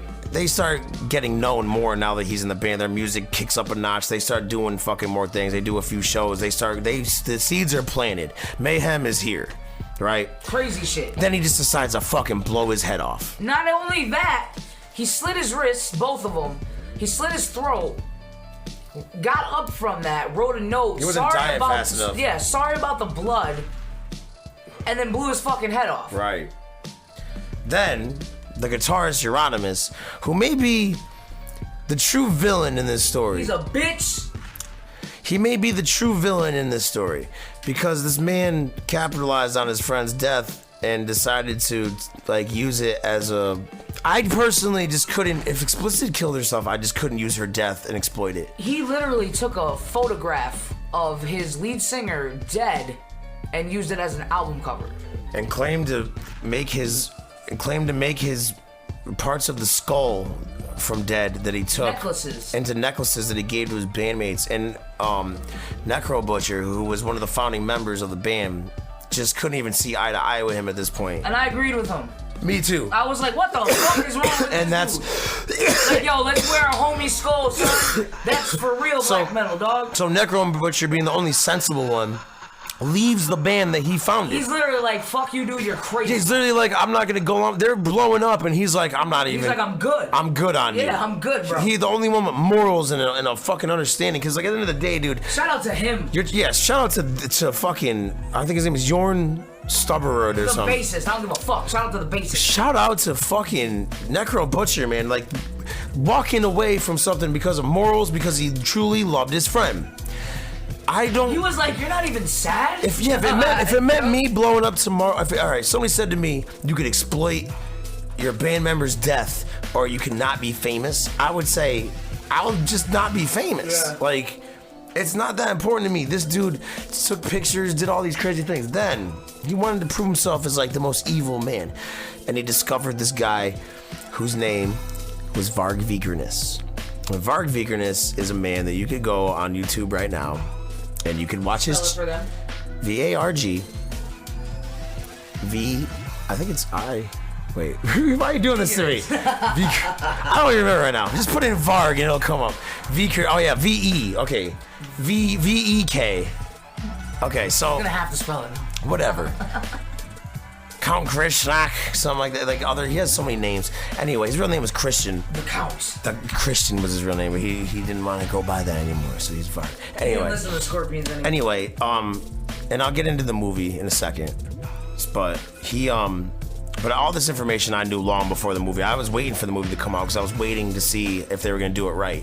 And they did in a sense. But we'll get into that to wrap up the last segment of this show. And I want to thank you all for tuning in with us and listening to this. Yeah. And if you've made it this far, pat yourself on the back because you thought we were interesting, and I really appreciate that. We love you. Love you. Love ya. Loves ya. Somebody's gonna be listening to this at 3 a.m. Like, Hell yeah. What the fuck is wrong with these people? I mean, I like to listen to shit like this, so I get it. So I hope you do. I hope you find things like this interesting like we do, and that's why we share it with you. Yeah. So, Varg Vikernes, very political, very, I don't want to say communist. I don't want to label him. No, he didn't know what he was. He didn't know what the fuck he was. Now he does. He does now. He's a grown like 47-year-old man. He knows who he is in life. This was like a young kid at the time. So I recently read this dude Necro Butcher's book, and there's a reason I'm bringing this up. He said the only time he met Varg Vikernes is that Euronymous and Varg Vikernes. Okay, so Varg Vikernes ends up becoming. He puts out an album on their label Mayhem's, Death Like Silence, which becomes a huge hit on the underground. It ends up doing very well, and then he becomes the new bassist for Mayhem. So they needed to borrow some equipment. So Necro Butcher, being the nice guy that he was, Euronymous called him. He's like, well, can we still borrow your equipment? Because I'm fucking, a user. And this guy, Necro Butcher, being fucking such a nice guy. Like, yeah, man. He's like, yeah, do you know what, you fucking piece of shit? You can still use my fucking equipment. He said the only time he met Varg Vikernes, he started hearing like chains rattling. Or like metal on metal coming up his stairs. Yeah. And when he opened the door, it was Varg Vikernes and Euronymous, and Varg Vikernes was wearing armor. That to me says that this dude's living in some kind of fantasy land that I don't know about. So Varg Vikernes starts burning churches after this. Because it's supposedly claimed that Euronymous was the one who said we should burn all the churches in Norway. Euronymous did do an interview saying that they needed to destroy Christianity. Right. Varg Vikernes, being either crazy or being one to talk it, I mean, not just talk it, but walk it, decided that he was really going to do it. I think it was because he was so sweet before. Like, he was such a bitch before. I think he truly did believe in his mind at that time that he had to. That there was something in him that did feel that Christianity was something that he had no use for. I believe that. I believe that he did want to. The guy obviously lived in a fantasy world, so if he's like has pagan views, pagan churches were on that land for years before Christian churches were. Christians came during the Crusades and they fucking destroyed them and built Christian churches over the pagan churches. That's he claims to be his reasoning behind it. I've spoken to people from Norway, and I thought this was crazy at the times. I didn't understand it because I was raised Catholic. And I'm not condoning burning a church. No. But I kind of can understand that if you don't...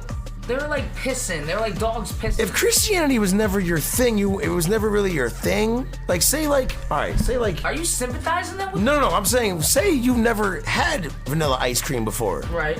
And you're a chocolate kind of guy. Okay. And then someone comes in, they're like... Nah, you gotta have this vanilla. Like, this one's better. Yeah, like, you can't have that. Like, I'm not gonna leave it up to you to decide. Yeah. I'm telling you that you gotta eat this vanilla ice cream. I kind of understand in a way why... All the things that Christians aren't supposed to do. Scandinavians used to believe in, like, Thor. And, like, Greek god. Like, they used to believe in things like that. So... Isn't that what the Bible is, though? No, but who am I to say that they you know what I mean? Who am I to fucking say that... They're wrong? They're wrong. So... If he's gonna use that argument, I'm not condoning burning the churches. But you can sympathize with it. But I can understand why. Okay, I understand his thought process. I guess is what I'm saying. I'm not sympathizing for him. I got in his mind enough where I can see where he's coming from. At least I can understand when his. You can share his view on that and be like, okay, well, this you can justify that. Yeah. Okay. Just saying, I'm just saying that I don't agree with it, but I'm saying I can understand why he wanted. Why he wanted. Why it came about. So they start burning churches. I think Euronymous never wanted to get his hands dirty. And then also the fact that Varg Vikernes paid for the pressing of his own album. Right. And Euronymous took all the money for it. It would have been fine if he pressed his own album and got his money back, but he pressed his own album. And took his money. And then he beat him. Euronymous basically beat him. He shook-knighted him. Yeah, he fucking he straight up did what labels do. Yeah. Put in all the work and then we'll take the money. Yeah. He did that. Euronymous, and never paid him back. So I think there's bad blood there to begin with. At some point, Varg Vikernes decided, like, yo, bro, my fucking album's blowing up. Like, I don't need you, motherfucker. Yeah. Like, I pressed my own shit. I could go do what you did. Right. I could just do it myself. I don't need you. Own shit. Yeah. Fuck you. Yeah. Euronymous basically was like how to relate rapper, like how we are, like we, well, not how we are. Like he had more knowledge than certain other rappers coming up, so he was able to do things other rappers that like coming up with him like weren't able to do because they didn't have the same knowledge. Yeah, he just had the knowledge, and but once Varg Vikernes learned the knowledge, he was like, fuck you. Yeah. Like, you know what I mean? So some kind of disagreement happened, and Varg Vikernes claimed that Euronymous was making threats because he was getting big and he was getting in the news for the church burnings. And that he was gonna tell on them. That he was a part of it. Euronymous, he was a bitch. Euronymous basically wanted to be the king of black metal, and he was the originator. He did invent it in a sense. Right. But Varg Vikernes was like the face of it. Like he was he became the spokesman for it. He had a right to be angry with that shit. Fuck all that. So I guess he claimed that he claims that Euronymous was making threats to people in the black metal community. I'm gonna kill him. That he was gonna murder him. Yeah. But it's like tie him to a tree or some shit like that. And this is what. All right. So what they portrayed in the movie is not the same as who Euronymous really was. Euronymous really was a fucking asshole. And I'll say this: I don't know the guy, but everything I've read about him, like he's supposedly. I mean, one of his own bandmates claims that he might have poisoned this guy from a German magazine. Or something like, or a Finnish magazine. Yeah. The guy wouldn't leave his house, so he started poisoning him with lead. The guy got sick and he eventually left and they never heard from him again. You know, he took pictures of he didn't call the cops right away. He takes pictures of his dead friend's corpse. He goes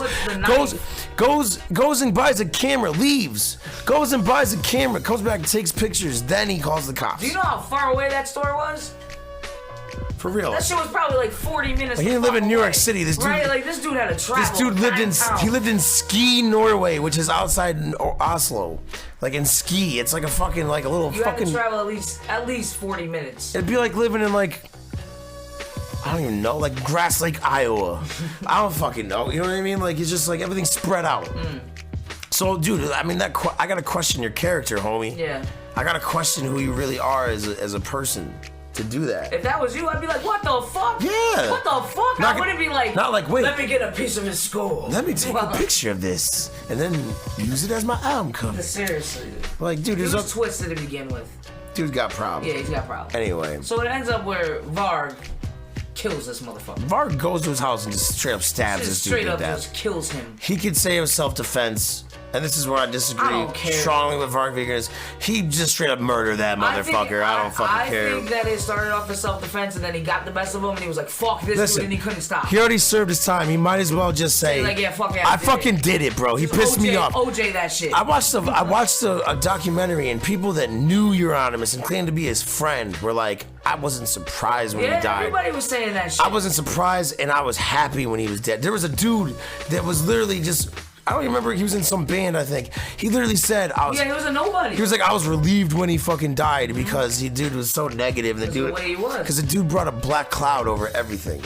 It ended up where Euronymous tried to change. Remember, they showed him like cutting his hair and fucking trying to be... Well, I guess I found out that because he was stabbed in the head, they had to shave his head, and the autopsy pictures show him with a shaved head because they had to cut it for the autopsy. Okay. He didn't actually... he didn't actually cut his hair the way that they were... The makers of the movie got it wrong. Okay. They thought he cut his hair, which led them to believe that he was changing his life. Well, that's what the significance of hair cutting is in any movie. Like, you're trying to fucking... Listen, nobody deserves to die. Nobody. I don't know. It sounds like he probably deserved it. No, I can't say that, but I don't know. But I'm not gonna sit here and say that this dude wasn't. Let me tell you something. I don't condone murder, but if you have a righteous reason, you ever have like that friend who's just a fucking dick? You. That one friend who just like you don't even know why you're friends with this person. Like, I think we've all had that person at one time in our life. I don't think that person's in either of our lives. Not anymore. Or, like, not any time. But I've had a friend growing up that, like... Was just a dick? Was just more bad for me than good. Like, didn't really have my best interest in heart. Really just, like... And this was, like, a childhood friend that I fucking grew up with. Like, lived with me. Like, all things like that. But really, it took me years to realize this person was just bad for me and evil and toxic. You know what I mean? But did you ever have that one friend that's, like, done... such horrible things, and everybody fucking, like, when he walks out the room, everybody's like, fuck that guy. Yeah. You know what I mean? I know people like yeah, that. For real. I never had a friend like that. Well, maybe one. But I know people, they're like, thank God. I think that's what happened to Euronymous. I think his friends really didn't like him. As shiesty as he was, and he fucked with somebody's money like that, and he fucked with someone's life, then it was a rightful, slaughter. Fuck it. Nah, I don't think there's I don't know. I think that there's justifications in some senses where people kill, like I don't know. That's old school shit though. I'm kind of down with that. I mean, we all get heated and we're like, I'm gonna fucking kill this dude for real. Like, I don't think no other shit like, you know. but like this I dude, like this dude. This dude drove like 5 hours through the night, thought about it for 5 hours, got to his door, and then just like murdered him. And like, even if the dude fought back, we're talking about like a 6'1" dude versus a 5'7" dude. Yeah. I don't care what you say, man. Euronymous was tiny. And like, yeah, like I don't care what you say, man. If the dude's got a knife, he can read. The dude has got the upper hand when you're that tall and you have a knife and you're trying to stab a dude that's smaller than you. I'm sorry. But why is the small dude saying he's gonna tie you to a fucking tree and do all this shit? Regardless, though. Come on. You still went there. No, I'm not saying that, but I'm saying regardless, you went there and murdered the dude. He bro. had intent, and so what? That's his fucking. That's his pride. Good for you. Pride fucking with you, homie. Fucking follow your dreams. So the movie. Let's get to the movie. I'm gonna wrap this up with when I'm talking about this. I enjoyed the movie. I did too. I didn't think I was going to. I didn't want to watch it. I was like, Freeze, you're crazy. This shit is crazy. He's like, please just, watch it. Give it a if chance. you hate it, tell me you hate it. I was like, all right, cool, I'll watch it. I was really intrigued by it. I was like, these motherfuckers are for real. Obviously, for movie purposes, they had to exaggerate some things. Well, like, yeah, obviously. none, they weren't fucking no bitches, bro. Yeah, but they don't have everybody there to tell the whole story as it goes. No, I know, anyway, but so they have to fluff but they it. weren't fucking no You gotta bitches. fluff it. Yo, they weren't fucking no bitches. They might have been like, I don't even know. I think some of them were even like closets, and like that's fine. No, That's one of them fine. was. I think some of them were. Wasn't Varg a closet? No, not Varg. No, hell no. Who the fuck was that? That killed the dude in the park. Snore? Yeah, Well, I don't Snore, know if there he you is. go. I don't know if he's a closet. I mean, are you married, Snore? You're out of jail. Shout out to Snore. Fuck that. Snore, dude. do you fuck bitches? Fuck Let him. us know. No, he kills faggots in parks. Fuck it. Shout out to Snore. Whatever. Don't let nobody touch your dick, bro. I'm against all things that you don't want to happen Just so to you your know, personal self. Xplizt is openly. I'm a lesbian. Yeah. I can say the F word. Yeah. As much as I can And say she's not dyke. talking about fuck. I'm a dyke. But I think there's some hypocrisy going on. And I like the movie too, though. And I thought Rory Culkin did a good job as portraying him. He did really, really He portrayed him as like a little boy who just like was trying to like put on a costume. That's how he portrayed him. I don't think that's really what Euronymous was. I think it was a little deeper than that. But for the movie's sake, they had to make a villain and they had to make a good guy in He it. looked exactly how. And you can't make a guy that murdered the guy be the good guy. So you got to make Euronymous the good shepherd in this one, and yeah. the sacrificial lamb. And Euronymous is the big bad wolf. I mean, in Varg Vikernes is the big bad wolf who comes and kills him. I like how Rory like studied the autopsy photos, studied like books and shit like that to try to get the character. And He has played a lot it of very knowledge. well. He played it very well. I started listening to Mayhem after, like, before the movie came out, but, like, after knowing all this shit about them. And their music really does give you a feeling of just, like, it's intriguing. Solidarity. I don't know what the fuck they're saying, but I can feel that it's evil. And I think what we tried to do with our Beyond Top Secret album, the last one, Destroy and Rebuild, was we tried to, almost in a sense, bring that feeling of black metal. I don't believe in Satanism. No, you should feel a presence with anything. You should feel a presence when you're, I mean, I personally don't believe in Satanism because I don't understand how you could worship, like, something. I don't get it. You don't understand how you could big up something evil. I just Like don't something- get. Yeah, something menacing I just or don't like- get it. yeah, I just don't get it. And a Satanist could come Like explain why? to me. Because we're not bad people. Yeah, I don't get, and I understand that Anton LaVey, what he wrote, there actually is morals to Satanism. There actually is morals. And it's pretty much like treat somebody how they would treat you, type shit. Like the Jews. Yeah, and actually they have some morals. So I'm not knocking it, but I personally just, I'm not gonna tell you what I identify myself as, but. I would definitely give the movie a 7 out of 10 for sure. But what we bring to our music is similar to almost what black metal did in its respective genre. So I guess you could say we're black metal hip hop, and that's where this like slasher rap thing came from that we've been going with. But we're not trying to talk about ourselves, but like I just wanted to throw that out there for people. Yeah. I like metal. I like all that shit. Something interesting about it goes back to what I was saying about like occultism in music. Something about black metal, the fact that these dudes actually did shit crazy that associated, like they actually lived it. Like, it's kind of like how that Psycho Sam kid, he fucking sucks as a fucking rapper. Yeah. How he went and murdered people. I'm not, like, it's kind of like he went and did it and, like, he raps about it. But I'm not, this is art to us. This is an expression. It's not literal. And everything we talk about is usually metaphorical. Right. It's usually not real experience when we're talking about dark things like that. Dark things, yes. But, like, I'm not going to sit here and lie and say we don't have knowledge on occultism. Well, I think we should be educated in anything that we talk about. I mean, as people, you should know what the fuck. I know about witchcraft. I know about I think magic. you should know about I also know about Judaism. I know about Buddhism. I know about all kinds of different things. Right. I have a general knowledge on all of them. Not closed-minded. Right. I'm not a scholar on any subject, but I have a general knowledge on You can all these hold a subjects. conversation. I know what I'm talking about from what I know. Yeah. And, you know, so I have an opinion on how I feel on spiritualism and you know, what I believe. So that all intrigues me. And that was, I think, the point of tonight's little broadcast for you guys, podcast. So pick our brains. Yeah, pick your brain. Think about this. If you listen to this, just think about what we were talking about. And next time you listen to a song, ask yourself, like, what's really going on behind this? Read up on some shit, man. Like, learn some shit. Like, I'm not saying watch like 30 million YouTube videos about Jay-Z and Rihanna and the Illuminati. I'm not saying that. I'm saying, but like, really do your history on rock and roll. Think about it. Like, really think about it. If you sit there and think about it, I mean, are we crazy? Is it happening? Is some dude right now doing some shit up in a Hollywood Hills apartment? In the basement?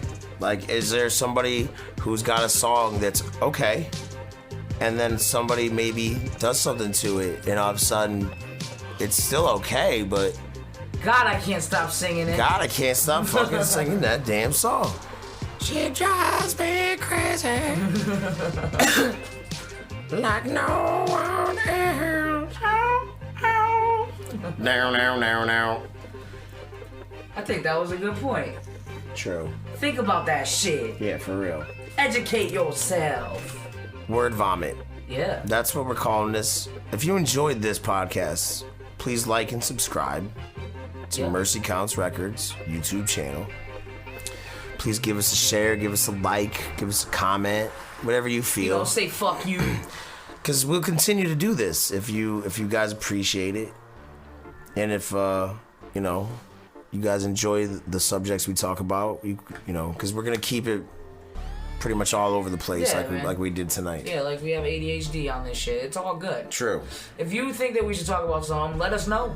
If you have an opinion on what we said, let us know. I'll respond. You'll respond. Yeah. We will respond. We are completely open to anybody giving us more knowledge or schooling us on something. If there's any expert in the occult or black metal, like I said, if you're a Scientologist, you feel like I offended you or something, hit me up. I was definitely not trying to offend anyone. Right, and we're not trying to be ignorant to anything either. I was literally just trying to educate us. Yeah, I did. What I read about L. Ron Hubbard, I'll bring it up on various sites that I've read it, and places and sources, and that's why I said it. I told the story, and I'm just talking about what intrigues me. Anything I said tonight is not necessarily true.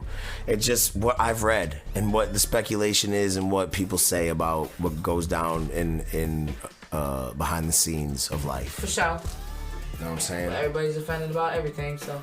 Everybody gets offended about everything these days.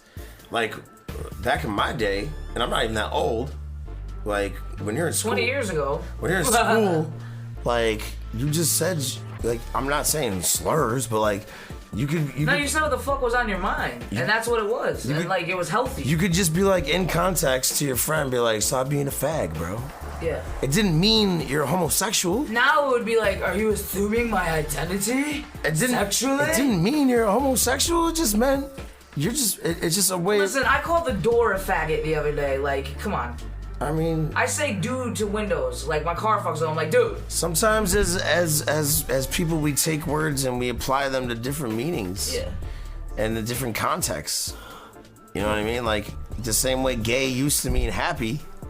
But if you say gay it's derogatory now. Yeah, if you say gay to an 11-year-old, he doesn't know it means happy. And his mom is upset because her name's Karen and she eats salad. They're vegan. and don't assume her son's identity. And they moved to what used to be a lower class neighborhood, but they're trying to raise the economic property value. So now you're talking about a feminist. Karen is a feminist vegan with a pixie cut. Yo, all people are people. Just be who you are, and that's all you can be. Be who you are. Be who the fuck you are. Just do it. You know, we call ourselves Martians, and the people that listen to our music and the people that roll with us, we call them Martians because it's basically having the mind that you feel like you get it, but nobody else does. Right. And that's what this was all about. Yeah. Just use your brains, people. Have an alien mind. Think intelligently. Don't think like an earthling. Yeah. Don't think like how they want you to. Yeah, don't think like strive to be better. And I'm not trying to sound preachy. No. But strive to think more. Instead of just what they tell you on Facebook. Yeah. Because Facebook is not a news source. It's cool to talk shit. The only reason I think like we even think the way we do is because a lot of shit was forced down our throats. Programmed, exactly. I think next episode we'll talk about programming. That's good. Talk about programming. I'm with that. And we'll just talk about various ways of mind control. We'll just say that. I'll leave you with that. I also want to talk about pizza. We could do that. I love pizza. Talk about best pizza in Connecticut. Ooh, you know what we should do? Poll. We should do a poll on Facebook. A lot of people don't know that Connecticut is like the pizza capital. It is. It's literally the pizza capital. I mean, a lot of people would think New York or like. Nah, I mean, you get a good pie in New York. Don't get me wrong. I had one of the best. There's 1,000 pizza restaurants in New York, and like 2 of them are good. Like John's Pizza in the Bronx. I don't even know if it's fucking even there anymore. I ain't fucking been there. Brooklyn, I had John. So, yeah, we'll talk about pizza in Connecticut because a lot of people don't know that and we're also known for the hot dog and the hamburger. And witches. Ooh. That's a whole nother topic. I could just keep going if we don't Alright, stop. we're gonna cut it. Yeah. Say goodbye. I love you all. Let us know how you feel. Drop some comments. Yeah, man. Peace. Goodbye.